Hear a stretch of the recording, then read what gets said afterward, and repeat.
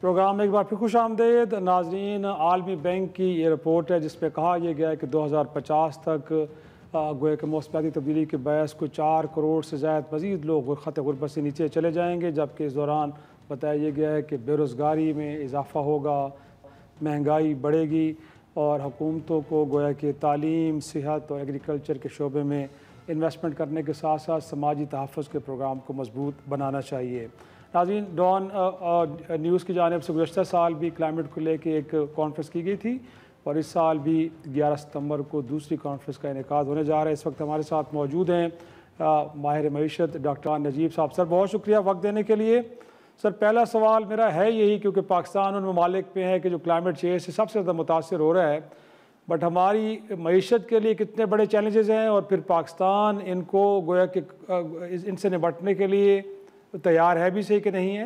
इसको इस तरह समझना चाहिए कि ये पाकिस्तान के लिए ना एक मैक्रो क्रिटिकल रिस्क है। इसका क्या मतलब है? देखिए, जब भी फ्लड्स आते हैं तो आपका मैक्रो फ्रेमवर्क, आपकी ग्रोथ इंपैक्ट होती है, इन्फ्लेशन इंपैक्ट होती है, आपकी जो क्रॉप्स की ओवरऑल प्रोडक्शन है वो इंपैक्ट होती है, आपका टैक्स इंपैक्ट होता है। और फिर जिस तरह आपने कहा कि बहुत से लोग जो लूज करते हैं अपना रिस्क एग्रीकल्चर में और इंफ्रास्ट्रक्चर में, उनको एक नुकसान होता है जो भरना पड़ता है स्टेट को कुछ हद तक, और कुछ हद तक वो नुकसान उन पे पहुंचता है।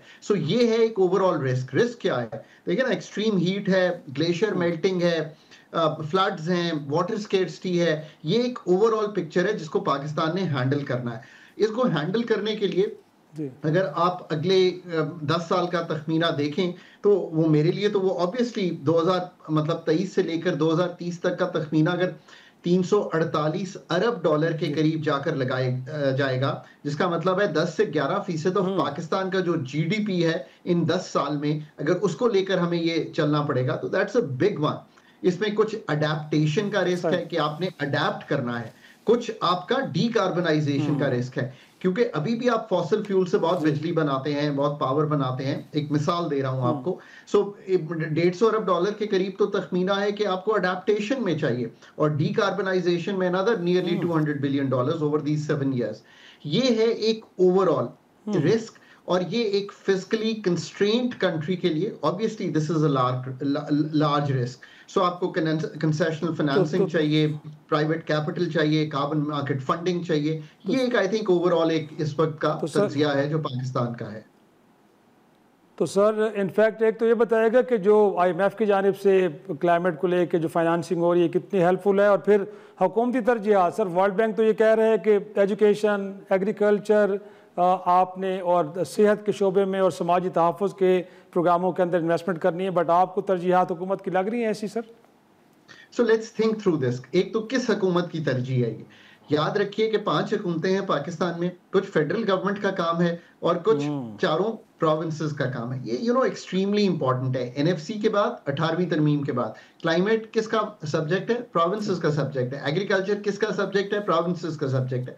एजुकेशन किसका सब्जेक्ट है? प्रोविंसेस का सब्जेक्ट है। हेल्थ किसका सब्जेक्ट है? प्रोविंसेस का सब्जेक्ट है। स्टंटिंग से लेके आउट ऑफ स्कूल चिल्ड्रन तक, क्लाइमेट की जो माहौलियाती तब्दीलियों को अडेप्ट करने तक लार्जर रोल जो है वो प्रोविंसेस का है। पहले तो हमें ये आज के मौजू में ये इंपॉर्टेंट बात है।